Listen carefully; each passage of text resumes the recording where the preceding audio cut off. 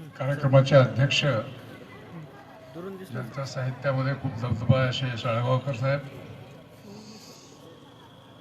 या कार्यक्रमाचे स्वागताध्यक्ष आमचे स्नेही आणि अतिशय परिवाराचे संबंध असलेले डॉक्टर विक्रमजी देशमुख साहेब,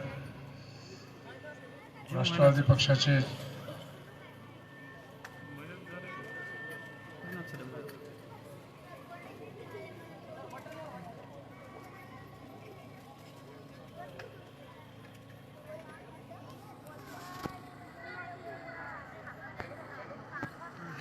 त्याला त्याचं तुमचं मन आहे, तुम्हीच जा की मग जवळ जवळ होत का तिथं असं बघ. हे झालं. हां हां ते झालं.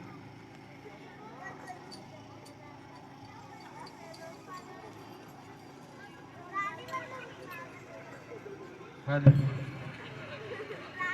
हॅलो हॅलो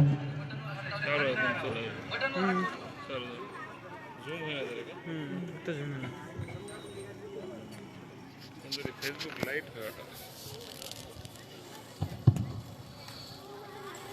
सन्मान्य मंचावरील सर्व सन्मान्य उपस्थित पदाधिकारी, अधिकारी, साहित्यिक, कविवर्य थोडं पुढे आणि उपस्थित थोडं पुढे जा. तळेगावच्या परिसरातील सर्व शेतकरी बांधव, उपस्थित सर्व बंधू भगिनी मित्र, पत्रकार बांधव, पहिल्या प्रथम आदरणीय कैलासवासी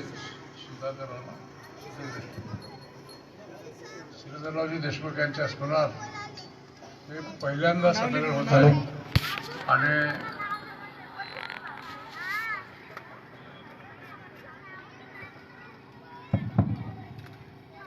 त्या संमेलनाचं उद्घाटन माझ्या हस्ते होत आहे याचा मला खूप आनंद आहे आणि हे उद्घाटन झालं असं मी पहिल्यांदा जाहीर करतो. आपण टाळ्यांच्या गजरामध्ये जोरदार त्याचं स्वागत करायचं मला, कारण या संमेलनातून आम्हाला काय घेऊन जायचं आहे.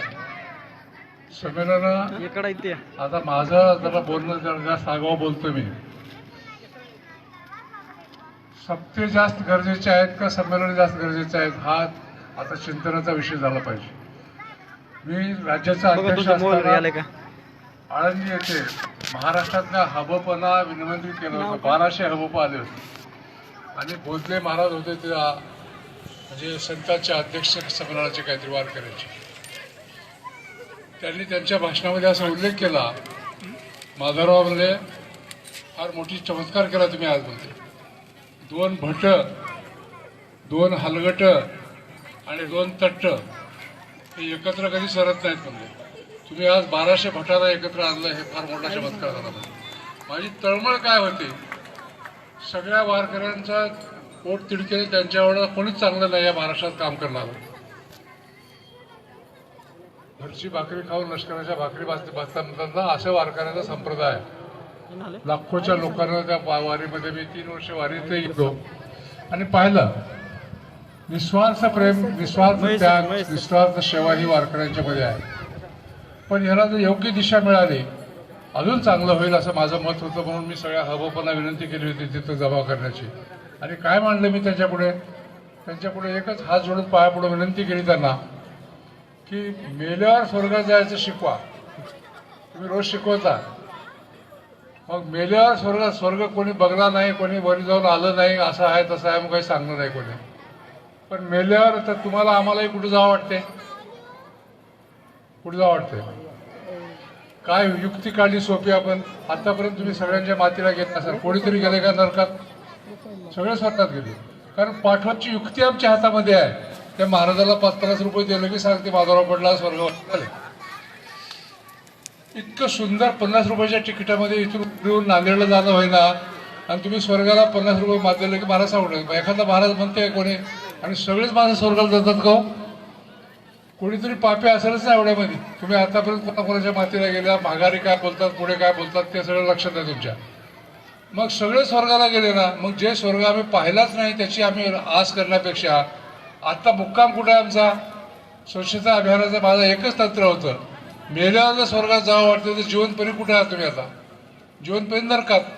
म्हणजे आमच्या गावात सगळ्या हागणदारी, गावाच्या भोवताल हागणदारी म्हणजे नरकामध्ये वास्तव्य आमचं.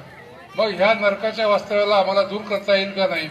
तुमचे आमचे हात जे झटले, माझं गाव केला मी, मला असं लक्षात आलं माझं गाव होऊ शकतं तर सगळं महाराष्ट्र होऊ शकतं. आणि महाराष्ट्रामध्ये एक अशी चांगली टीम उभा केली की सगळ्यांनी महाराष्ट्राला देशामध्ये 8 वर्ष पहिल्या नंबरवर ठेवला. आम्ही 8 वर्ष महाराष्ट्र पहिल्या नंबरला आला. अजूनही पूर्ण झालं नाही काम मला माहीत आहे, पण देवेंद्र फडणवीस साहेबांनी जरा गडबड केली. अधिकाऱ्यांचे रिपोर्ट गेले सगळे, झालं 100% झालं 100% आणि 100% झालं मग जाहीर करून टाकले. अजूनही 50,000 बसली मंडळी कुठल्या तरी गावातून आल्या. सगळे वापरतात का शौचालयाचा? अजूनही ज्याच्या घरी शौचालय आहे त्याला सुद्धा डबा घेऊन बाहेर जातात सडकाला. ते घरी बसावं वाटतं आपल्यामध्ये, वाऱ्याला जावं वाटतं. आता कशी कमाल आहे लोकांच्या वागण्याची बघा. वाऱ्याला जावं वाटतं. मग बालाजीला गेल्या, कोणा नांदेडला गेल्या, दवाखान्यात गेल्या, तिथे वाऱ्याला जातं का? तिथे गपचिप येते. मग घरी काय आहे ना. एकदा एक मुलगा सांगले मला, म्हणला आमचं म्हातारा ऐकच ना, म्हणला बाहेर जातो. सवय नाही. मी म्हणलो का मध्ये काय अडचण राहील त्यांना? ते म्हणजे मध्ये शौचालय होतच नाही मिळताना. म्हणलं असं कर, त्याच्यावर एक औषध देतो म्हणलं मी तुम्हाला, त्याला मध्ये घाला, बाहेरून कडी लावून टाका, झालंय म्हणून सांगल्याशिवाय बाहेर काढू नका म्हणता. होते की नाही बघा म्हणून. नांदेडला गेले की लॉजमध्ये होते, तिरुपतीला गेले की होते, घरी का होईना. हे सगळे आपले मनाचे खेळ आहेत. आपल्याला उगाच काहीतरी गंमत करावं वाटते आणि त्या गमतीमुळं मनुष्य जातीचे खूप मोठं नुकसान झालं. तुमच्यामध्ये सगळ्यात महत्त्वाचं काय, तुम्हाला माणसाच्या उत्पत्तीपासनं 2 गोष्टीसाठी मनुष्य परेशान आहे. एक त्याला देवाला भेटायचं आहे आणि दुसरं त्याला सुख पाहिजे. आणि देवही भेटला नाही आजपर्यंत कोणाला आणि सुखही भेटलं नाही कोणाला. आता देव भेटला नाही कारण दोन्ही गोष्टी भेटल्या नाहीत आम्हाला. कारण त्याचं असं आहे की देव आणि सुख त्या दोन्ही कुठं मिळते ह्याचा ॲड्रेस आमच्याकडे नाही आहे. आणि ॲड्रेस नसलेली गोष्ट मिळणं कठीण असते आणि म्हणून ह्या गोष्टीसाठी आम्ही परेशान आहोत. पण मला 12 वर्ष शेतकरी चळवळीत काम केलं, 2 वर्ष तुरुंगात गेलो तर आम्ही शेतकऱ्याचे प्रश्न. पण एक गोष्ट लक्षात आली की माणसाला सुख पाहिजे. सुख म्हणजे आणि परमेश्वर असं का ग्रेट आहे की तुम्हाला जे जे पाहिजे त्याची दुकान कुठंच नाही.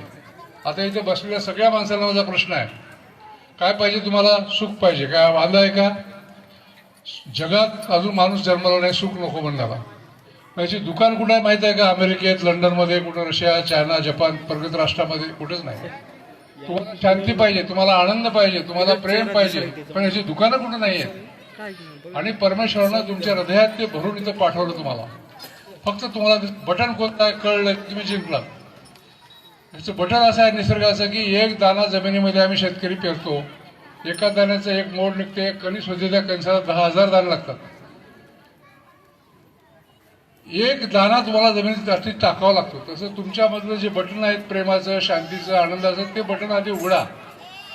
आमची अपेक्षा ही नाही की ती आमचं बटन उघडा, तुम्ही आधी उघडा वाटते आम्हाला. तुम्ही चहा पाहिजे तर आम्ही चहा पाजू, तुम्ही नाही पाहिजे तर आम्ही नाही पाजणार, तुम्ही रामराम करता आम्ही रामराम करू, नाही तर नाही करणार. म्हणजे आमच्या ह्या खेकडा प्रवृत्तीमुळं आम्ही स्वतःही सुखी नाही आणि दुसऱ्यालाही सुखी झाला आम्हाला बघत. आणि आम्ही सुखी थोडा बसा आहोत. अगोदरच्या तुलनेमध्ये भौतिक प्रश्न आमचे बऱ्यापैकी सुटलेले आहेत. पण आमचं दुःख एक आहे की आमच्या शेजाराचा पुढे चाललाय. आम्हाला कमी नाही पण आमच्यापेक्षा त्याच्याजवळ जास्त आहे. हे त्याचं जास्त पण आम्हाला बघा वाटत नाही. ही मनोवृत्ती आहे आमची. एका माणसाला भक्ती केल्यानंतर देव प्रसन्न झाला, त्याला म्हणला काय पाहिजे तुला देतो माग म्हणला. अट एक आहे म्हणे, तुला जे देईल त्याच्या दुप्पट तुझ्या दुश्मनला देतो. मग गड्याची थांबलंच की मागायचं. म्हणलं माझ्या दुप्पट तर मी काय बी मारलं तर माझ्या दुप्पटचा दुश्मनला देत असतील तर काय उपयोग आपला. त्याच्याकडे डबल झाला ना. जेव्हा म्हणला जरा प्रश्न अवघड आहे तुमचा, म्हणला मला 1 दिवसाची वेळ द्या. म्हणला मी उद्या सांगतो मला या प्रश्नाचं उत्तर. मागायचं काय मागायचं, ठीक आहे उद्या मागू. आणि मग रात्रभर गेला, बायकोजवळ विचारविनिमय केला, कवा असं कोडं घातलं बघ. म्हणलं मला आपल्या दुप्पट दुश्मनला देतो. म्हणले काय मागू, मला काही कळणं आलं तसं. बायको हुशार होती. बायको म्हणली मी सांगू का म्हणले, सांग म्हणलं तुमचा एक डोळा फोडायचं मागा म्हणली. अरे हे काय सांगालीच म्हणत, त्याचे दोन्ही फोडतात म्हणले दुश्मनशी. त्याने दोन्ही डोळ्यांना आंधळ होतं, तुमचं एकावर भागते म्हणत. म्हणजे आमची प्रवृत्ती अशी असल्यामुळं या प्रवृत्तीला सुधारण्यासाठी हे संमेलन आहे. आणि ह्या संमेलनामध्ये भाग घेणारी माणसं लहान नाही आहेत. हे वारकरी संप्रदायाचे असतील, आमचे साळेगावकर असतील, कविवर बापू दासरे, तर अख्खा हयात गेली त्यांची. कारण याच्यात ज्ञान मिळते. आम्हाला ज्ञानाचा कंठाळा आहे का नाही सगळ्यांना? तरुण पिढीला तर म्हणजे जरा बघा, वयाचं प्रमाण काढलं तर 50च्या वर्षी जरा जास्त आहे, बाकी खालच्या नाहीतच. खालच्याला जर सुरेखा पुणेकर आणले असतील तर विक्रम देशमुखांनी, तर हे पटांगण सगळं दुरुस्त करावं लागलं असतं त्यांना. अख्खा उमरी तालुका इथं ओसवायला जमला असता. कारण कर्मणूक असावी जीवनामध्ये, पण आम्ही त्याचं बॅलन्स सोडला की जीवनामध्ये अतिशय संकट निर्माण होतात. कर्मणूक म्हणजे कसं आहे, पत्राळीवरलं मुख्य अन्न काय असते आपल्या? भात, वरण, चपाती असते. पापड, लोणचं, चटणी, कुरमुरे चुरमुरे, भजे बिजे सगळं. आता भात, वरण, चपाती न खाता भजे आणि पापडच खाऊन कोणी पोट भरल का कोणाचं? म्हणून कर्मणूक ही जेवणाची जशी रुची वाढवण्यासाठी हे पापड लोणचं आहे, तसं तुमच्या जीवनाची रुची वाढवण्यासाठी कर्मणूक आहे. पण 24 तास जर तुम्ही कर्मणूक घेऊन बसल्या तर जीवन आपलं बर्बाद झाल्याशिवाय राहणार नाही. स्वामी विवेकानंदांना एकाने माझ्यासारख्या माणसाने प्रश्न विचारला, महाराज जहर क्या होता है? जहर क्या होता है? विवेकानंदाने जे उत्तर दिलं ते सगळ्यांना तुमच्या डायरीत नोंद करून ठेवा. आयुष्यभर तुम्हाला काम देणार आहे ते उत्तर. विवेकानंद असं म्हणाले, कोई भी चीज जरूरत से ज्यादा जहर होती है. कोई भी चीज जरूरत से ज्यादा जहर होते. कर्मणूक जरूरत से ज्यादा काय होते? जहर होते. तुपा पोळीचं जेवण आहे, पण 2 पोळ्या आगाव आणलं तर जहर होईल का नाही? त्यामुळे कोई भी चीज जरूरत से ज्यादा जहर होते, हे लक्षात ठेवा. अति तिथं माथे. आपल्या वडिलांच्या म्हणी जरी आपण एका डायरीमध्ये लिहून काढलो सगळ्या, आणि त्या म्हणीसारखं आपण जीवन जगलो तर ते आपलं जीवन नक्की सुखी होते, एवढा माझा विश्वास आहे. कारण सगळ्या म्हणीच्या रूपानं सगळ्यांनी ते दिलं. अति तिथं माथे, काकत कळसा गावाला वळसा, किती म्हणी आहेत बघा. आणि म्हणून मला आपल्याला ज्ञानाला महत्व द्या. हे पहिलं संमेलन आहे. पुढच्या वर्षी विक्रमजी कुठे गेले? पुढच्या वर्षी माझे हात जोडून नम्र प्रार्थना राहणार आहे, फक्त जरा 2 गोष्टीची सोय कर. पब्लिकला कमी नाही यायला कुठेही, कशालाही बोलवा. मातीला बोलवा, तेरवीला बोलवा, कोण्या कार्यक्रमाला बोलवा. आणायची आणि जेवायची 2 गोष्टीची व्यवस्था झाली की सगळीकडे लागेल माणसं. आणि एवढं आपण करतो तर तेवढा एक गोष्ट जर थोडासा हातभार लावल्यामध्ये तर हे तुम्हाला मोठं टेंट मोठं घालावं लागेल. कारण ज्ञानी माणसं आपल्या देशामध्ये भरपूर आहेत, पण ते ज्ञान घ्यायला कोणी रिकामं नाही आहे, ही मोठी पंचायत होऊन गेलेली आहे. आणि म्हणून आपल्याला या विषयाकडे थोडंसं गांभीर्यानं पाहायचं झालं तर थोडं करावं लागलं आहे. आता कृषी प्रदर्शनाचं नाव आहे ना तुमचं. आता कृषीविषयी काय बोलावं? आमचं आयुष्य गेलं त्याच्यामध्ये. तारुण्यातले माझ्या 12 वर्षे गेले, अख्खा महाराष्ट्र पायाखाली पिंजून काढला. आणि त्याचं कारण असं होतं की आम्ही माली पाटील, आम्ही पोलीस पाटील, आम्ही 12 माणसे मानकरी, आम्ही 100-200 एकर जमीन. आणि माझे वडील खांद्यावर शर्ट टाकून शेताला जायचे. माझ्यापेक्षा उंच होते, अजून जाडजूड होते. मी लहानपणी 5-6 वर्षाचा होतो. मी वडिलांना मग मला वडील अंगात का शर्ट घालत नसतील असा प्रश्न पडवा माझ्या मनामध्ये. मग एका दिवशी धाडस करून वडिलांना म्हणलोच मी, तुम्ही शर्ट अंगात का घालत नाही? हसले आणि मला जवळ घेतले. म्हणले तुला काय कळतं रे? म्हणलं काय ह्याच्यात कळायचं काय? शर्ट अंगात घालायसाठी आहे ना, जास्त घातलं तर लवकर फाटते म्हणले. माझ्या डोक्यात थोडा प्रकाश पडला. मग मी त्याच्यावर उत्तर दिलं त्यांना, मग फाटूच नाही असं वाटत असेल तर घरी खुंटीला अडकून ठेवा. पुन्हा गाल धरून माझ्या गालगुच्च्या घेतल्या आणि मला गंमत म्हणले, तुला काहीच कळत नाही. अरे जर खुंटीला अडकून ठेवलं तर लोक म्हणतात, म्हणले पाटलाला शर्टच नाही म्हणतात. म्हणून खांद्यावर ठेवलं ना, लोकांना दिसते पाटलाला शर्ट आहे, अंगात का घालत नाही, उकडत असेल, गरमी होत असेल, काहीतरी कारण असेल. म्हणजे आमच्या पूर्वजांनी शेतीमधनं बाहेर पडण्यासाठी, दिवस चांगले येण्यासाठी अहोरात्र कष्ट घेतले, आताही घेत आहेत. पण त्या कष्टाला कुठलंही सरकारनं न्याय न दिल्यामुळं आपली परिस्थिती सुधारत नाही. हे सूर्यप्रकाश एवढं स्वच्छ आहे. आणि मग काय केलं आमच्या पूर्वजांनी? गरिबी हटत नाही की काही प्रयत्न करून कळलं की गरिबी लपवायला शिकले. राष्ट्रवादीचा 2 गट होण्याच्या पहिलं जयंत पाटलाच्या एका सभेमध्ये, माझ्या 100 सभा झाल्या जयंत पाटलाबरोबर. एका सभेमध्ये मी सांगितलं, महाराष्ट्र जरी नावानं एक असला तरी भौगोलिकदृष्ट्या, मानसिकदृष्ट्या, आर्थिकदृष्ट्या आणि बौद्धिकदृष्ट्या 4 प्रकार पडतात. ते कसं म्हणले म्हणून पश्चिम महाराष्ट्र धाडशी आहे, सगळे धाडशी पुरुष तिकडे जन्माला आलेले आहेत. मग माझं रेडी आहे का मोठं. विदर्भ आळशी आहे, शेकडो एकर जमीन आहे, 500 एकर, 1000 एकर, 2000 एकर जमीन, पण दुनियाचा आळस, काहीच काम करू, तंबाखू सोडणे, इकडे ठेवायचं काय इकडे ठेवायचा विचार करणे आणि कर्ज काढून मजा करणे आणि जर फिट नाही होत आत्महत्या करणे. नंबर 3 कोकण हा अत्यंत हुशार लोकांचा प्रांत आहे. कसलाही अधिकार राहू द्या, पुढे राहू द्या, त्याच्या चुका काढल्याशिवाय राहत नाहीत. कोकण तक्रारबाज. जयंत पाटील हसले म्हणले मराठवाडा सांगण्याला गेले म्हणले, लोक सांगतो की म्हणलं शेवटला मराठवाडा आयटबाज आहे म्हणलं आमचं. ते कसं म्हणलं संध्याकाळी रॉकेल जरी नसलं आमच्या घरी दिव्याला लावायला तरी म्हणलं आम्ही शेंट बांधल्याशिवाय बाहेर निघाला. कारण निजामाचं राज्य होतं म्हणलं आमचं, निजामाच थाट होता, त्याच्यामुळे आमच्यामध्ये ते हळूहळू पाटलात आलं, देशमुखात आलं, जनतेमध्ये आलं, ते सगळं थाट माटलं. आता होईल लग्न सध्या, पण देशमुखाचं लग्न नाचाशिवाय लग्न होतील का आपले? संध्याकाळी नाचाचा कार्यक्रम ठरलेला अगदी लग्नामध्ये. म्हणजे एवढे हौशी माणसं. पण आता काळ बदललाय, काळाप्रमाणे तुम्हाला बदलावं लागणार हे लक्षात ठेवा. आता तुम्ही मला नाही बदलायचं. शिवाजी महाराज घोडे घेऊन चालते, महाराजांचा अभिमान खूप आम्हाला. आता काय घोडून तलवार घेऊन निघायचे काय दिलीपराव बरबड्यावर नांदेडला? काय म्हणतील लोक, कोण आहे चाललेले? दिलीपराव आहेत. कुठले आहेत? बरबड्याचे आहेत. कुठले आहेत? नांदेडाचे. घोडे घेऊन. म्हणजे काळ आता मोटरसायकलचा आला, कारचा आला, जीपचा आला, आता तलवार नाही, घोडं नाही, लेखणीचा काळ आला आता. म्हणून काळाप्रमाणे तुम्ही जरा बदललात तर फार चांगलं होईल. आणि बदलण्याचं काम हे साहित्य संमेलन करू शकते तुम्हाला, यावर माझा पूर्ण विश्वास आहे. कारण ज्ञान फार ग्रेट असते, लक्षात ठेवा. एका ज्ञानाच्या एका वाल्मिकाचा आपला इतिहास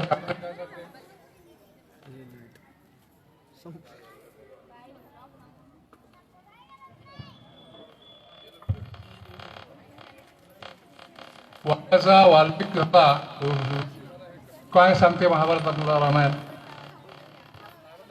गोष्टीचं पाप कोणी वाटून घेत नाही, एवढं पटलं त्याला आणि त्याला सोडून दिला.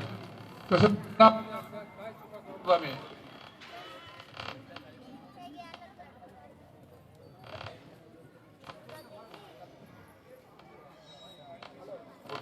सर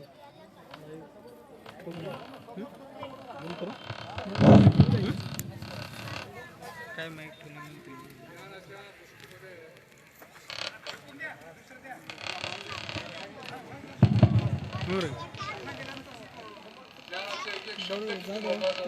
छोटंसं उदाहरण सांगतो मला. तुमचा राग बरोबर. तळेगावमध्ये एकाला चोरी करायची होती. चोराला विक्रम देशमुखचं घर निवडून ठेवलं झालं, चोरी करायची. आता कधी करायची? विक्रम देशमुख जसं हे संमेलन घ्यायचं जसं ते कीर्तनाचा नाद होता. एखाद्या महाराजाला कीर्तन आणून गावात सप्ताह लावली आणि विक्रम देशमुखचा पुरा परिवार त्या सप्त्याला यावा. चोरानं बराबर ते मुहूर्त निवडला. म्हणलं देशमुखाचं घर पुरा परिवार सप्त्याला येते, मग जाऊन तिकडे आरामशीर चोरी करता येते. मग बसला जाऊन कीर्तनामध्ये, कीर्तन चालू झालं, देशमुख काय येईच उशीर झाला त्यांना यायला. मग आले देशमुख शेवटी एखादी. आल्यानंतर मग यानं बघला की उठला, गेला घराकडे, त्याच्या चोरी केला. त्यानं उठल्यानंतर त्याच्या मागे मागे एक माणूस गेलं. त्यानं काय करते ते बघलं, घरी गेला, चोरी केला, गटोडं बांधला, निघाला. मग ते माणूस तुम्ही बघला, त्याच्या मागे मागे कुठं ते बघावं म्हणलं, त्याच्या मागे मागे दूर दूर राहून गेला बघत बघत. घरी गेला, त्यानं घरात नेऊन ते गाठोडं ठेवला, हातपाय धरून असं खिडकीतून बघला. त्यानं हे माणूस अंगणात उभा होता, त्याला बघलेला. मग त्यानं खिडकीतून आवाज दिला, कोण आहे रे? त्यानं म्हणलं मी देवदूत आहो म्हणलं. मी सगळं तू काय केलंस ते पाहायला, गपचिप मला अर्ध दे, नाही तर बघ तुझं बोबाटा करतो म्हणला. आता यानं मला सगळं जाण्यापेक्षा अर्ध दिलं काय वाईट आहे? ठीक आहे, आमचा अर्ध करतो, काळजी करू नको म्हणला. त्याचा अर्ध करत बसला, निघाला. पुन्हा बघला खिडकीतून, हायकी गेला बघून, उभाच टाकून आहे त्यानं. त्याची सावली पडली होती. आणि कीर्तनामध्ये महाराजांनी असं सांगितलं होतं की देवदूताला सावली पडत नाही. आपल्याला पडते सावली आपली, पण देवदूताला सावली पडत नाही, असं कीर्तनात महाराजांनी सांगितलं. ते त्या स्वराला ऐकलं होतं. अरे म्हणलं आत्ता महाराज सांगितलं कीर्तनामध्ये की देवा सावली पडणार म्हणून, ह्याची तर सावली पडली म्हणजे देवदूत नव्ह म्हणलाय. त्यांना थपा ठोकाला म्हणलाय, काठी घेऊन निघाला बाहेर. म्हणला भोसडीच्या कोण आहेस खरं सांग म्हणला, तू देवदूत नव्हत म्हणला. आहे म्हणला, तुझी सावली पडाली की म्हणला. कसा देवदूत आहेत? बापू मारू नको म्हणला, मी कुठं सांगणार, माझं कुठं नाव जर सांगलं असं तुझा खानदान संपवून टाकतो म्हणलं. गपचिप करायला निघू गेला. आणि चोर मग आपल्या बायकोला मोठ्या आवडीने सांगितला. लई गंमत झाली म्हणला आज. असा असा देवदूत म्हणून एक आला होता म्हणला, पण महाराजांना सांगितलं होतं म्हणला की देवदूताला सावली पडत नाही. ते एक वाक्य माझ्या लक्षात राहिलं म्हणला, आणि मी त्या वाक्याच्या जोरावर मी बोललो म्हणून आपलं अर्ध धन वाटून द्यायचं राहिलं म्हणला. पुरं धन एका वाक्यामुळं तुमचं बायको म्हणली अर्ध धन तुमचं वाचलंय, तर पुरं कीर्तन ऐकलं असेल तर जीवन सुधरेल की नाही म्हणलं. कीर्तनामध्ये, प्रवचनामध्ये, व्याख्यानामध्ये, ह्या संमेलनामध्ये तुम्हाला जीवनाचं ज्ञान मिळते आणि ते एक वाक्य तुमचं जीवन बदलून टाकतं. आणि म्हणून आपण आता ते आपल्या देशामध्ये सगळं इतकं होऊन गेलं की ते आता बोलण्याच्या पलीकडे झाले सगळे विषय. कोण कमी पडाले काही कळणार आले. जातीवाद वाढला, धर्मवाद वाढला, पक्षवाद वाढला, प्रांतवाद वाढला, काय भाषावाद वाढला, काय वाढायचं राहिलं नाही. आता जीवन किती दिवस राहणार आहोत तेवढंच आपलं बघायचं राहिलं आपलं. आणि मला असं वाटते की आता मी सगळ्यांची व्यासपीठावरले माफी मागून माझं मत मांडणार आहे. कारण पुढची पिढी बिघडली म्हणाले आम्ही. आता पोरं बिघडले म्हणाले आम्ही. मग पोरं बिघडले तर कोणाच्या फॅक्टरीचा माल होते. एखाद्या कंपनीचा माल जर खराब निघाला तर काय म्हणतो आपण, कंपनी बेकार आहे. मग आता पुढचे पोरं जर नवीन बिघडले तर कोणा कंपनीचा माल होय म्हणजे कोण बिघडलं. आमच्यामुळं बिघडलं हे आम्ही मोठ्या मनानं मान्य केलं पाहिजे असं मला वाटतं. आमच्या पिढींची चुका आहेत त्या. काय चुका आहेत आमच्या पिढीच्या तेही सांगणार मी तुम्हाला. आमच्या पिढीच्या चुका एकच आहेत की या गरिबीतून वर येण्यासाठी शैक्षणिक स्वातंत्र्यानंतर मार्ग सापडला आम्हाला. आणि आज जे इथे एवढं मोठं व्यास कॉलेज उभं राहिलं, शिक्षणातून काय झालं, नोकरी मिळाली. नोकरी झालं काय झालं, सुखी झाले. मग शेतीतून बाहेर पडून शिक्षण घेऊन सुखी जायचा एक मार्ग सापडला. मग आम्ही ते मुळकी घेऊन बैलाच्या मागे लागल्या, लेकराच्या मागे लागलो. एवढं आता 3 वर्षाचे 4 वर्षाचे लेकरं चलित की नाही, KG, upper KG, lower KG. लेकरांचं खेळणं हरपलं. खेळ एक असा विषय आहे, तुम्ही सगळे बसलेली मंडळी तर खेळलेल्या लहानपणी. आम्ही खेळा 10वी पर्यंत आम्ही गोटे खेळ केले. खेळामध्ये एक गुण तुमच्यामध्ये जे जीवनात तुमचे जीवन यशस्वी होण्यासाठी जे गुण पाहिजे ते गुण खेळामधून एक गुण येते. काय येते गुण सांगा. खेळातून एक गुण तुम्हाला जीवनभर तुमच्या कामाला येते. स्ट्रगल नाही, अपयश, यश अपयश. कधी हरता कधी जिंकता. मग हरल्यानंतर ते पचवायची ताकद तुमच्यामध्ये येते, अपयशालाही पचवायची. आणि जीवनात जर अपयश पचवायची ताकद आली ना ते जीवन कधी संपत नाही, लक्षात ठेवा. आज काय आमच्या तालुक्यामध्ये मिनकी एक गाव आहे. कॉलेजला होता मुलगा, मला स्मार्टफोन घेऊन देऊन बापाच्या मागे लागला. 2-4 एकरचा शेतकरी काय स्मार्टफोन घेऊन देणं. बापू तुरी इकल्यावर घेऊ, तरी घेणं मला नाही त्यानं. तुरी इकल्यावर घेऊ, कापूस इकल्यावर घेऊ. त्या पोराला पटलं नाही, मला जमत नाही मला. आणि राग गेलं, घरातून चराट घेतलं, झाडाला जाऊन फाशी घेतलं शेतात जाऊन. जेवायची वेळ झाली, मुलगा घरी येण्या गेला. बायको म्हणले बापाला म्हणले बघा कुठं तुम्ही राग आला मोबाईल घेऊन दिला म्हणल्यानं गेले काय रागाला कुठं. गावात जाऊन चौकशी केला ते म्हणले शेताकडे गेल्यासारखं वाटलं. शेतात गेला तर झाडाला लोंबकळ आले पोरगं फाशी घेऊन. आता बापाला घरी जाऊन काय तोंड दाखवा वाटलं त्यानं ते चराट सोडलं, आपल्या गळ्यामध्ये अडकून घेतलं, बाप बी मरून. परवाची गोष्ट आहे 2 महिन्यात. हे सहनशीलतेचा अभाव, त्याला थांबायची सहनशीलता झाली नाही मुलाला, म्हणून त्यानं घाई केला. मोबाईलच्या जीवनामध्ये काय मोबाईल महत्त्वाचा होता का? पहिलं का तुमच्याजवळ मोबाईल होता का सगळ्याजवळ? जीवन जगल्याच ना. मग आता एवढी घाई का? कारण सहनशील आता कसं आहे, हम दो हमारे दो. पहिलं पोल्ट्री फार्म राहत गेले, ठोकीत गेलेत, मारीत गेलेत, बडीत गेलेत. आता दोन्हीचा लाड एवढा होऊन गेला आहे कर्मचाऱ्याचं विचारूच नका. ते कुई केलं, बाबा मला हे पाहिजे म्हणलं की ती तयार, माय तरी घेऊन देते, बाप तरी घेऊन देते. त्याच्यामुळे त्या लेकराला त्याच्या इच्छेच्या विरुद्ध कोणी वागलं की त्याला सहनच होत नाही. आणि ह्या गोष्टीचं झाल्यामुळं सगळ्या गोष्टी झाल्या. आणि दुसरं काय झालं, 3 चुका आम्ही केल्या असं माझं मत आहे सर साळेगावकर साहेब. एक चूक आम्ही केली, त्याचं खेळणं बंद केला. परीक्षा आहे, अभ्यास कर. त्याच्या मागे मुलकी घेऊन चालूच. शाळेतून आला की ट्युशनवरून आलं की अभ्यास. मग ते मुलांना तरुण पोरांना कुठं गडबड चालला, गोंधळ चालला, जावं वाटते, बघावं वाटते. गेले, जाऊ का बाबा चला. तुला काय करायचं त्या गोंधळात, तुझं काय काम आहे? तू काय PSI आहेस काय, तू सरपंच आहेस, कोण आहेस? चो बस, आपला अभ्यास करत बस. एक मार्क महत्त्वाचा आहे. 1 मार्क कमी पडला तर माझ्याकडे डोनेशन देणं आहे ना. तुला डॉक्टर करायचं आहे, इंजिनियर करायचं आहे. कशानं काय होते, डॉक्टर इंजिनियर झालं तर बघ ते परिस्थिती कशी सुधारते. फराणे माणसं कशी गाडी घोडा बंगला काय काय झालं. तर 3 गोष्टी आम्ही ज्या चुका केल्या ना, एक त्याला समाजाची नाळ तोडली. समाजापासून त्याची नाळ तोडल्यामुळं समाजाचं काही बरं वाईट होत त्याला त्याचं काही देणं घेणं नाही. ह्या साधू संतांना काय केलं जीवनामध्ये? लोकांचं कल्याण करण्यासाठी अख्खं जीवन आपलं घातलं. तसं कोणी दिसायला का तुम्हाला आता? संपत आला. कारण समाजाची नाळ तोडली आम्ही तशी. दुसरं काय केलं? त्याला स्वार्थाच्या डोक्यात दिलेलं. तुझं बघ, मेरिटमध्ये यायचं बघ, डॉक्टर व्हायचं बघ, इंजिनियर व्हायचं बघ, मोठा करोडपती लखपती होऊन जा. शिक्षण वाया गेलं नाही आमचं. बरोबर मुलांनी शिकले, डॉक्टर झाले, इंजिनियर झाले आणि त्यांचं जीवन बघाले. मायबापाला नको वाटायला येतं. मायबापाला नवीन भाषेमध्ये भंगार, सैनिकीला आले तर भंगार किती आहे घरात बसाले, म्हणजे म्हातारी किती आहे घरामध्ये, भंगार माल काय कामाचं आहे? मग हे मानवी जीवनाचं उन्नत लक्षण आहे का? मानवी जीवन एक असं आहे की सगळ्या पृथ्वीवरले किती लाख जीव आहेत मला माहीत नाही, मी मोजलो नाही, पण त्या सगळ्यामध्ये मानवी जीवन श्रेष्ठ आहे. बरोबर आहे? कशामुळे श्रेष्ठ आहे? परमेश्वराचं लाडकं लेकरू आहे माणूस. काय दिलं माणसाला परमेश्वराला जास्त इतर प्राण्यापेक्षा? बोला, काय दिलं? बुद्धी दिली. अजून तुम्ही सांगा. बसून बसून मुख्यवानी बसून कळ लागली सगळी. भाषा दिली, बुद्धी दिली, मान्य आहे मला. पण मी एकदा मुंबईला विमानतळावर फिरत होतो, जायचं होतं कुठंतरी, विमानाला उशीर होता. ते पोलीसवाले कुत्रे घेऊन आले तिथं. मी म्हणलं कुत्र्याला विमानात जाता येते का? नाही म्हणलं. मग इथं काय फिरवायला म्हणलं? बॉम्ब कुठं ठेवलं तर ते कळते म्हणे त्यांना. म्हणलं तुम्हाला कळत नाही ते? आम्हाला कळत नाही म्हणजे त्याला कळते. आता हुशार कोण? कोण हुशार? पण कुत्र्यालाही माणसानं शिकवलं, लक्षात ठेवा. गाढव पाणी खडोळ पाणी पिते का बघा, निर्मळ पाणी पिते गाढव.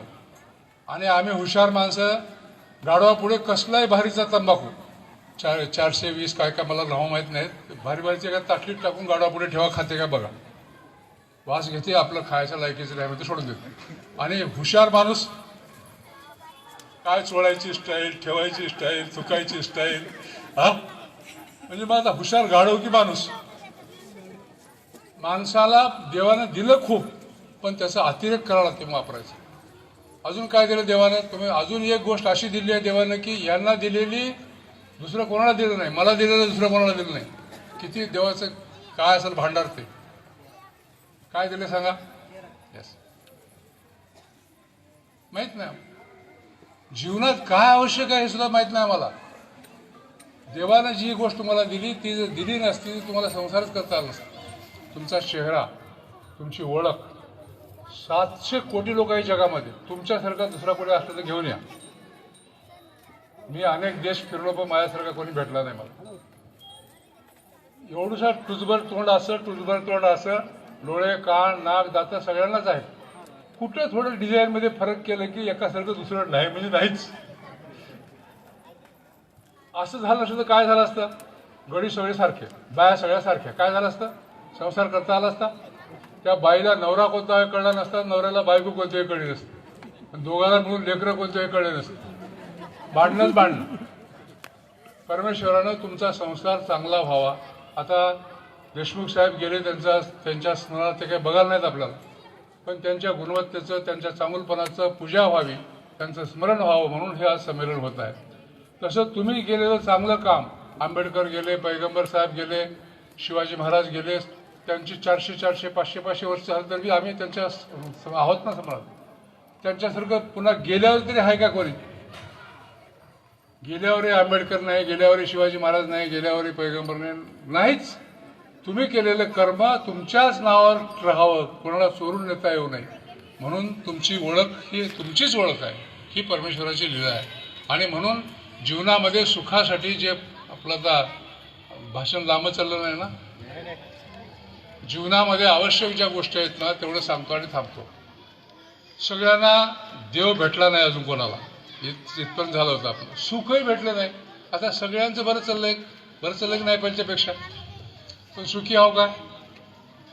त्याची दुकानच नाही कुठं नाही. कोणाकडे करोडो रुपये असले ते जाऊन 2 किलो सुख आण, उमरीमधून जाऊन, अमेरिकेहून जाऊन आण, दुकान नाही कुठं. म्हणजे सुख एका प्रकारे आहे का तुमच्या घरामध्ये? एकच वस्तू अशी कोणती आहे की ती मिळाली की तुम्ही सुखी होता? असं काहीच नाही आहे. 5 मार्गानं माझ्या जीवनातला, आता माझं वय काय असावं? आता 81 चालू झालंय. 81 वर्षातले जे अनुभव मी तुमच्यापुढे ठेवणार आहे, कुठलं पोथी पुराणातलं पुस्तकातलं नाहीये. संसारामधलं सुख तुमचं 5 मार्गाने तुमच्या घरामध्ये येते. ते 5 झरे आहेत तुमच्या विहिरीचे. पहिला झरा आहे तुमचं आरोग्य, उत्तम आरोग्य. Health is wealth. आरोग्य हे सर्वश्रेष्ठ धन आहे. आरोग्य आहे म्हणून आम्ही इथं आलो, आरोग्य आहे म्हणून तुम्ही इथं आल्या, नसलं तर घरी म्हणजे तब्येत बदलल्या म्हणतात. पहिलं सुख आरोग्याचं. दुसरं सुख, आता आरोग्य चांगलं राहण्यासाठी काय लागते सांगा, तरुण मुलांनी सांगा तर भाग घ्या ना. चांगला आहार म्हणजे खारीक, खोबरं, बदाम. उत्तम अगोदर फर्टिलायझर नव्हतंच ना, नाही, चुकीचं भाग आहे तुमचं. उत्तम आरोग्यासाठी स्वच्छ हवा, स्वच्छ पाणी, स्वच्छ अन्न लागतं. 3 गोष्टी लागतात. आज भारतामधलं आयुष्यमान 28 आयुष्यमान आपलं सरासरी, आता 69-70ला गेलं. लहान लेकरं फार लवकर मरत होतं. लहान लेकरं बालमृत्यूचं प्रमाण जगात श्रेष्ठ होतं भारतामध्ये. आणि मग हे 3 गोष्टी तुमच्या हातातल्या आहेत का? चांगलं पाणी पिणं, चांगलं, आणि त्याच्यातल्या 2 तर फुकटच दिल्या. हवा काही पैसे मोजले का कोणी? ऑक्सिजनचे एवढं बिल आलं बघा. लाईट वापरलं की लगे बिल आलं महिन्याला. तसं जन्मलं तसं मरेपर्यंत हवा वापरला आहे, काही बिल आले. ऑक्सिजन झोपडीत बी तेच आहे, महालात बी तेच. पाणी तुम्ही तयार करायला का? एवढं मोठं विज्ञानानं प्रगती केली, सगळं झालं, पण तुमच्या कॉलेजमध्ये लॅबमध्ये पाणी तयार करून कॉलेजच्या पोराला दिलं जाते का? H2O म्हणजे पाणी एवढं माहीत आहे आम्हाला, पण तयार करून कोणा तांड्याला, कोणा झोपड्याला दिलं नाही पाणी. समुद्राच्या पाण्याची वाफ होते, ते ढगं येतात, तिथं वरून पाऊस कोसळतो, आणि ते पाणी वरून पडणारं पाणी ओलवडी धरून पिया, बिस्लरी पाण्यासारखं स्वच्छ आहे. पण ते जमिनीवर पडलं की पाणी खराब झालं. हवा खराब झाली, पाणी खराब झालं. हवा कशी खराब झाली? मांजराला कळलं, शी केलं तर मांजर झापून ठेवते, पण मनुष्य झापून ठेवला. दनानं कुठे गेला की किलो 2 किलो टाकून निकळा मोकळा होता. ह्या उघड्यावरच्या मला जे चीड जे आली ना, त्याच्यामुळे माणसाला पेटल्याशिवाय माणूस काही होत नाही. ह्या विष्ठेमुळे आमचं नुकसान व्हायला लागलं. आणि आज एखाद्या गावची, आता तळेगावची लोकसंख्या किती आहे? 1000 की 2000? 500, 5000. आता 5000 माणसं जर बाहेर जर माल टाकले सगळा सकाळचा, किती किलो होत असेल? कोण अंदाज लावाले, कोण मोजाय गेले? उगा 250 ग्राम धरा. काही किलोवाले बी आहेत, पण उगा ॲव्हरेज काढतो आपण. लेकरं बिकरं मध्ये येतात ना. 5000चे 250 किती होतात?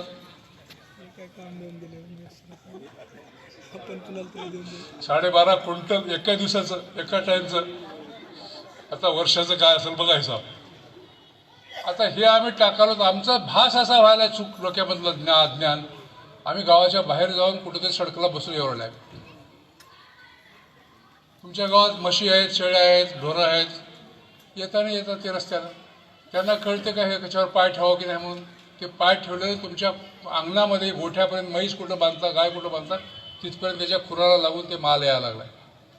आणि ते खाली तुकडा पडला, वाळून पावडर व्हायला लागले, हवेत मिसळलं, हवे वाटत नाका वाटत पोटासाठी. पहिला प्रकार. दुसरा प्रकार, गावात मासे आहेत की नाहीत? त्या माशाचं आवडतं खाद्य काय काय तपासलं काय? तपासच झालं राहतं. घरच्या घरी आपल्याला तपासायला काय? प्रयोगशाळा करायची आपल्या घरी. एका माशीला पकडलं तर 6 पाय राहतात तिला आवडते तुमचं विष्ठा. सकाळी तुम्ही तांब्या घेऊन बाहेर जाताना बघा, तुमच्या डोक्यावर 5-6 मासे येतात.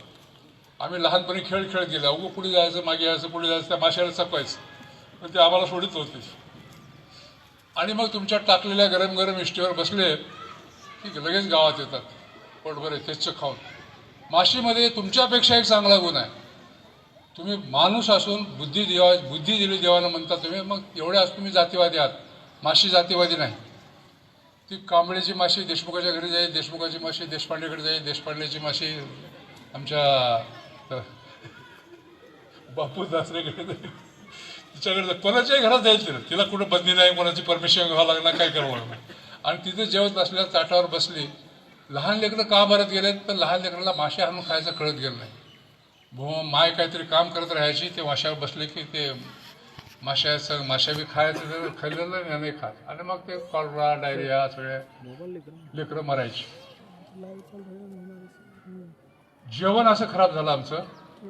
पाणी कसं, आता पाणी गावाबाहेर तुमची हागणदारी आहे, पाणी पावसाळ्यात मोठं पाणी पडलं कुठे जाते पाहिजे, विहिरीला जाईल, नाल्याला जाईल, नदीला जाईल. आता साहेबांनी उल्लेख केला दक्षिण गंगा म्हणले गोदावरीला, ह्या सगळ्या एरियातलं पाणी कुठे जाते, छोट्या नाल्याचं पाणी मोठ्या नाल्याला, मोठ्या नाल्याचं पाणी होळाला, होळाचं पाणी गोदावरीला. आता गोदावरीचा पुढचा प्रवास, आता त्या गोदावरीमध्ये काय काय मिसळलेलं आहे, आपण त्याला तीर्थ म्हणता. हे जरा विचार करत चाल. मेल्यावर आपण माणसाची राख नेऊन गंगेत टाकाल्या, काय तशी टाकलं गंगेत टाकल्या, पण ते पाणी खराब व्हायला ना. म्हणून मेल्यावर कुठेतरी घरामध्ये पुरा, त्याला शेतात पुरा झाड लावा, एक त्याचा फळ येतील त्याची आठवण राहील. पण नको त्या गोष्टी करून आम्ही आमच्या जीवनामध्ये संकट ओढून घ्यायला लागलो. हवा खराब झाली, पाणी खराब झालं. अन्न देवानं इतकं चांगलं दिलं तुम्हाला अन्न. आता पॉप्युलेशन वाढल्यामुळं आम्हाला मिळणं आलंय, पण अगोदरचे लोक कंद फळं मुळं खाऊन जगत होते. आंब्याला साल लावून आहे, केळाला साल लावून आहे, संत्र्याला साल लावून, मोसंबीला साल लावून, उसाला शेवटी लावून, एक एक झापून दिलं. गव्हाचा ओंबीचा दाना झापून आहे, दाण्याचं गोंडरामध्ये दाना झापून आहे. इतकं सुरक्षित अन्न ईश्वरानं तुम्हाला दिलं. ते अन्न खराब केलं आम्ही, हवा खराब केली, पाणी खराब केलं, आणि सगळ्या अनेक बिमाऱ्यांना हे केलं. मी 2030 माझा गावचा केला. मला अभिमान आहे सांगायला माझ्या गावकऱ्यांचा, माझा नाही. की गावकऱ्यांनी सांगितलेलं ऐकलं, आणि 2 वेळा राष्ट्रपती पुरस्कार मिळाला माझ्या गावाला. 2 वेळेला, एका गावाला 2 वेळा राष्ट्रपती पुरस्कार साधी गोष्ट नाही आहे. आणि आज हे छोट्या मोठ्या पाण्यामुळे होणाऱ्या बिमाऱ्या, मच्छर, हे सगळ्या गोष्टी हद्दपार झाल्या. तुमच्या हातात आहे जीवन चांगलं करायचं, तुम्ही ते केलं पाहिजे अशी माझी तुम्हाला विनंती करतो. आणि अजून एक जीवनात 2 गोष्टी सांगून थांबतो. जीवन हे तुमचं हसण्यासाठी आहे. आता मी आज कसं बघलो, सगळे मातीला गेल्याने बसल्या गंभीर. मातीला गेलं तर हसलेलं बरं वाटलं ना. त्याच्यामुळे माणूस तिथं, माणसाचा चेहरा, नकली चेहरा, असली चेहरा वेगवेगळे आहेत. परमेश्वरानं हसणं एक मोठी देणगी तुम्हाला दिलेली आहे. खळखळून हसल्या की तुमचं जीवन चांगलं राहते, तुमचं शरीर चांगलं. हसत नाही कोणी, एखादी हसला त्याला जवळचा ठेवते, हो कदा कळलास किंवा जाऊ तर ते पाप बसते. मला लंडनला मी 3 महिने होतो मोठ्या मुलाकडे.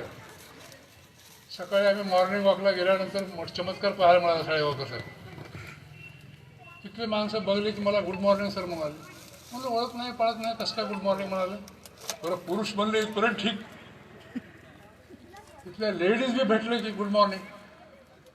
आता ते बायको संघ असले की आपत वेगळी. बायको म्हणलं इथं कसं काय ओळखतो भाऊ.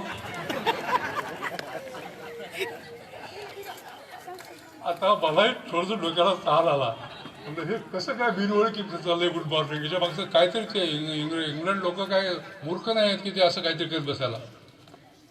मनुष्य प्राण्याला देवाने जे मेंदू दिलेला आहे, तो मेंदू तुमचा 24 तास तुम्ही जन्मले तसं मरेपर्यंत त्यांना विचारत राहते.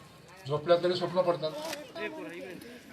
मग त्यांनी ते शोधून काढलं. मी विचारलं त्यांना, तेव्हा न ओळखीचा गुड मॉर्निंग कसं काय म्हणतो. ते म्हणजे आता आम्ही काहीतरी चलताना विचार करू जाता म्हणून पुढून कोणतरी भेटलं गुड मॉर्निंग म्हणलं की ते विचार सुटते म्हणलं, ब्रेक होते. तेवढ्या वेळापुरतं योग. योग काय, योगामध्ये म्हणजे तुमची मेंदूची शून्य अवस्था करणे. त्याच्यात चांगला विचार आणायचं नाही, वाईट बी आणायचं नाही, त्याला शून्य अवस्थेला आणणं म्हणजे योग. आता हे गुड मॉर्निंग म्हणणं म्हणजे योग आहे. आणि बिना ओळखीच्या माणसा म्हणजे तेवढा पोहोचतात. अजून समजा निघाला त्यानं गेला इकडे, पुढे सुरू होते आपलं, पुढे दुसरा येते कोणतरी, त्याला गुड मॉर्निंग. ते कोणालाही भेटो करतात.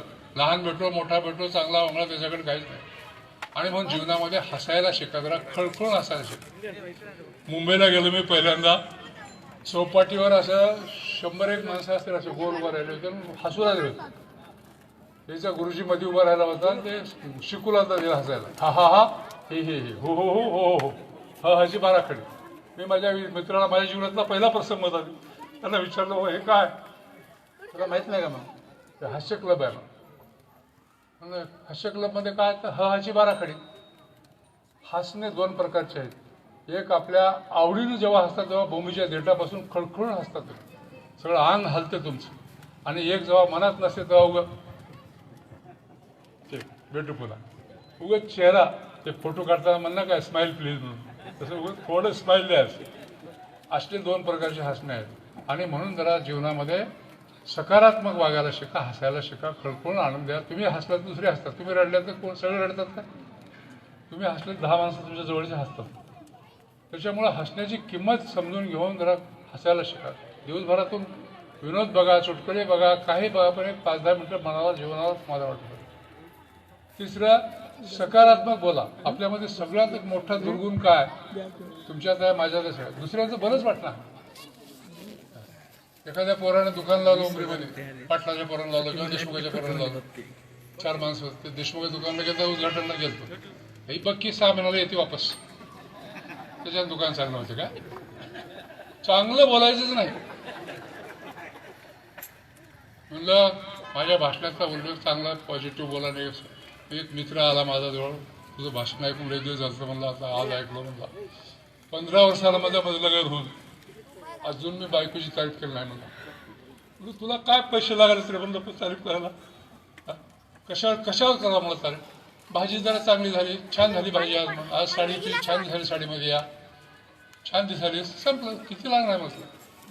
मी केलं नाही म्हणलं. तुझं कारण काय म्हणलं? का बरं नाही का, बायको चांगली नाही का? नाही, चांगली आहे म्हणलं, स्वयंपाक वगैरे खूप छान करतो. मग काय झालं तुला? लग्नात माझ्या मित्राने असं सांगितलं म्हणलं माझ्या कानात, बायकोची तारीफ करू नको, एकदा डोसक्यावर बसली नंबर फुटते बोला. ते बसले म्हणलं डोसक्यात माझ्या, त्याच्यामुळे इथपर्यंत येते मला तारीफ करायचं, पण पुन्हा मी ते गिळतो म्हणला. आत्ता मात्र मी तारीफ करतो म्हणला. ठीक आहे ना, मला एक माणूस काय दुरुस्त त्याला वाटलं. मला घरी गेला, मग वांग्याची मसाल्याची भाजी होती, डायनिंग टेबल मांडलं, जेवण केला, फर्स्ट क्लास भाजी, त्याला खमंग वास येऊन काय भाजी केलीस म्हणला. त्या बायकोला आता प्रेम वाटत असतील, राग आला. घरात गेली ते भोगेला आणलं की धनवंतर डायनिंग टेबल आपटून. त्याला काही कळच नाही म्हणलं, काय तारीफ करायचं काय मुश्किल झाली. तिने म्हणली 15 वर्ष झालं म्हणजे लग्नाला कधीच तोंडाला वाद नाही म्हणजे चांगलं झालं म्हणजे. आज शेजाऱ्याची भाजी मागून आणला.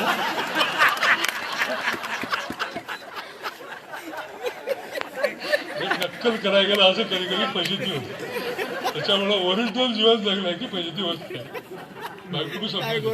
त्याच्यामुळे जीवनामध्ये चांगल्या गोष्टी बघा. शेवटी एक मातांसाठी एक सांगतोय, बरोबर आपल्या महाभारत चालू आहे, रामायण महाभारत. सासू सुरत जमतच नाही. मुली शिकलेल्या झाल्या, सासा जुन्या विचारात झाल्या. असं जे कुटुंब होतं त्या कुटुंबामध्ये शिकलेली सून आली, सासू जुन्या वडिलांची. जे भांडण उजळले की भांडण सुरू व्हावं झोपेपर्यंत. शेजारी कंटाळून गेले. सून होती हुशार, आता शिकलेली होती, तिला म्हणजे काहीतरी होता निकाल लावला पाहिजे या गोष्टीचा. संसार करणं आता शक्य नाही. तिचा भाऊ डॉक्टर होता, त्याला भेटायला गेले. का आलीच बाई म्हणून विचारला त्याने म्हणले, दादा आता माझा संसार आहे ना म्हणले. सासू एवढी माझी कजाग आहे म्हणली, रामपाऱ्यात उठलं तसं संध्याकाळ झोपेपर्यंत करकर लावते. आता तिनं तर मरावं लागेल, मी तर मरावं लागेल. तू मरून काय करतोस म्हणला. तिलाच मारायचं बघ की म्हणला. मग तुझ्याकडे कशाला आला म्हणले तिने. डॉक्टर कधी सांगशील म्हणून. त्यानं म्हणला मग लवकर मारायचं औषध देऊ की दमानं मारायचं औषध देऊ? लवकर मारायचं दे म्हणलं. आता मारायचं झालं केव्हा तरी अजून उशीर कशाला म्हणलं. येडी आहेस म्हणलं. लवकर मेलं तर सगळं गाव तुझ्यावर संशय घेते म्हणला. काल चांगली होती म्हातारी, आज कशी मरते हो? तुमची भांडणं आहेत म्हणलं, त्याच्यामुळे लोक तुझ्यावर संशय घेतात, तुला जेलला जावं लागेल. मग 6 महिन्यात मरायचं औषध देतो म्हणला. हळूहळू आज देऊन घातलीस तिला 6 महिन्याला भरते म्हणला. ठीक आहे म्हणलं. एक शर्त आहे म्हणला, तुला जर जेलमध्ये जायचं नसेल तर 6 महिने तुझ्यासमोर तू खूप चांगलं वाग म्हणलं. उगं नाटक कर पण चांगलं कर. आता जन्माची कटकट निघून चालली आणि जेलमध्ये जायचं नाही तर 6 महिने नाटक करायला अवघड आहे का? काय हरकत नाही. मग सासूबाई जेवत्या, सासूबाई झोपल्या का, पाय दाबू का, हात दाबू का, आंघोळ घालणं, जेवू देणं सगळं सुरू केलं. तर सासू गो तिच्याकडे येण्याने बघून आली. तिच्या डोसक्यावर काय परिणाम झाला की काय वाटलं तिला. 2 महिन्याखाली असं वागली, आज काय येणं हिच्यामध्ये एवढा चमत्कार झाला, इतकं प्रेम द्यायला येणं. पण प्रेम फार श्रेष्ठ असते, लक्षात ठेवा. म्हणून जगामध्ये जे प्रेम श्रेष्ठ आहे त्याचं कारण तेच आहे. सासूही प्रेम करायला सुरू केली. तिचं नकली सुद्धा, पण सासू खरं करायला सुरू केली. मग दोघी जेवणं खाणं, तिच्या लेकराला सांभाळणं, काम करू लागणं. मग दिवस तिनं मोजून राहिली, सुनाजवळ डायरी होती, हिने मरायची तारीख. 2 महिने गेले, 3 महिने, तिला काय माहिती बाप सासू लावू आपल्याला वर्ष करत राहते ना. 5 महिने झाले असं होतं, 1च महिना राहिला. त्या सुनेला टेन्शन आलं, आता एका महिन्याला सासूबाई मरतात, आपलं कसं होईल, किती काम करायला घरी, लेकरं घेणं, बाळ घेणं, संपन्न, कुठं बाहेर गेलं, आम्ही घर सांभाळणं, हे करणं ते करणं. जाऊन यावं म्हणजे दादाकडं आपल्याला गेली डॉक्टरकडं. तर डॉक्टर कॅलेंडरवर तारीख लिहून ठेवला होता मरायची. बाई अजून 1 महिना गडबड का करलीस म्हणला. ते म्हणजे दादा त्यासाठी आलं नाही मी, मग आता वाचायचं औषध दे. अरे औषध घातले, तिच्या अंगाला सगळं भिजलं औषध, आता कसं काय म्हणलं वाचणं. आता काही करू तुझ्या पाया पडतो म्हणले, तुला कळणार आहे, तू कधी मोठ्या डॉक्टरला विचार, आमच्या गडपडता दे म्हणले. इकडे तिकडे त्याने फोन लावला, बघला, हुशार होता डॉक्टर, देला भेटलं म्हणलं औषध, घाल मला. आले औषध घातले, आता मरणा माझी खात्री झाली. तर त्याला पहिले बी मरायचं औषध दिलं नव्हतं आणि मागून बी वाचायचं दिला नाही, उभं पुढ्या बाजून गेला तो. ज्ञान हे कसं श्रेष्ठ असते लक्षात घ्यायसाठी तुम्हाला एवढं तुमचा वेळ घेतला मी. घर तेच, सासू सुना तेच, औषध तेच, सगळं तेच, पण काय आलं मध्ये प्रेम नव्हतं, प्रेम आलं. प्रेम आल्यानं त्या घराचा स्वर्ग झाला. आणि आधी नरक झाला होतं घर, त्या सगळ्या त्या घरातल्या माणसाला वाटलं तर मरून गेलं बरं आहे, रोज खटखट नको. तसं तुमच्या हातामध्ये आहे, तुमच्या जीवनाला स्वर्ग कसा करायचा, आपल्या घराला मंदिर कसं. तुम्ही माताने जर ठरवलं ना, हर माता आपल्या घराला झोपडी राहू द्या, त्याला मंदिर करू शकते, आणि महाल राहील त्याला मातीत घालू शकते. त्याच्यामुळं आपण सगळ्यांनी चांगलं वागावं एवढी विनंती करतो आणि माझं लांबलेलं उद्घाटनीय भाषण थांबवतो. जय हिंद, जय महाराष्ट्र. आणि शेवटी जाताना देशमुख साहेबांना शुभेच्छा देतोय. असं काम फार कमी लोक करायला लागलेत, आपण या कामाला जरा जास्त महत्त्व द्या. आणि महाराजांनाही बोललो मी, आमच्या शाळेगावकरांना सगळ्यांना बोललो, कारण ही संख्या कमी आहे मला माहीत आहे, पण ती कमी संख्या जर सातत्यानं काम केलं तर पुष्कळचं काम होऊ शकते, हेही मला माहीत आहे. त्यामुळे आपण या सगळ्या कामाला सगळ्यांनी चांगलं करून घ्यावं. पहिल्यांदा तुम्ही जगाचं भलं करायचं नाही, तुमचं भलं करून घ्या, तुमच्या शेजाऱ्याचं भलं करा, तुमच्या गावाचं भलं करा, आणि मग समाजाचं भलं करा. आपोआप सगळं चांगलं होतं. एक एक जर चांगलं झालं, जोडलं, तर सगळं चांगलंच होतं. त्यामुळे आपण सगळ्यांनी करावं विनंती करतो. सगळ्यांनी समाधान ऐकून घेतल्याबद्दल सगळ्यांचे मनपूर्वक आभार मानतो आणि देशमुख साहेबांना शुभेच्छा देऊन थांबतो. जय हिंद, जय महाराष्ट्र.